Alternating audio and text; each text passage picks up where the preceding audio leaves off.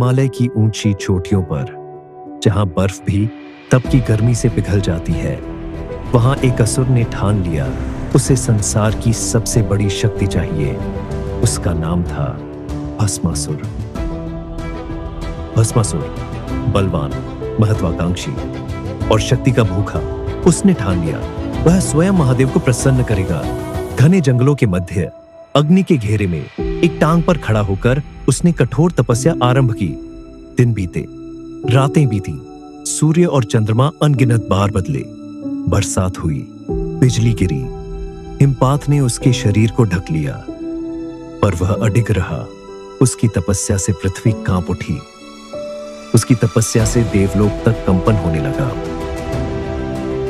आखिरकार महादेव प्रकट हुए, नीलकंठ, शांत, करुणामय।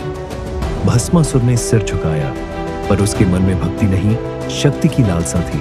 उसने मांगा वरदान, हे महादेव, जिसके सिर पर मैं हाथ रखूं वह तुरंत भस्म हो जाए। क्षण भर के लिए प्रकृति थम गई, पर शिव करुणा के सागर है। उन्होंने कहा, तथास्तु। वरदान मिलते ही भक्ति समाप्त हो गई और अहंकार जन्म ले चुका था। भस्मासुर ने सोचा, क्यों ना इसी शक्ति की परीक्षा शिव पर ही कर ली जाए।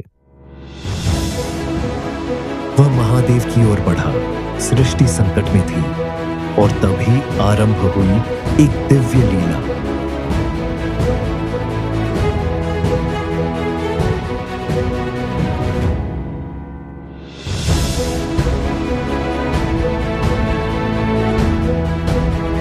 सृष्टि का संतुलन डगमगाने लगा। तब भगवान विष्णु ने मोहिनी रूप धारण किया। आकाश से उतरती दिव्य सुंदरी, जिसकी मुस्कान में मधुरता और दृष्टि में बुद्धि की चमक थी। भस्मासुर का क्रोध क्षण भर में आकर्षण में बदल गया।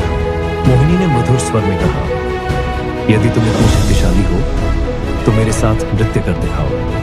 अहंकारी भस्मासुर मुस्कुराया। नृत्य आरंभ हुआ।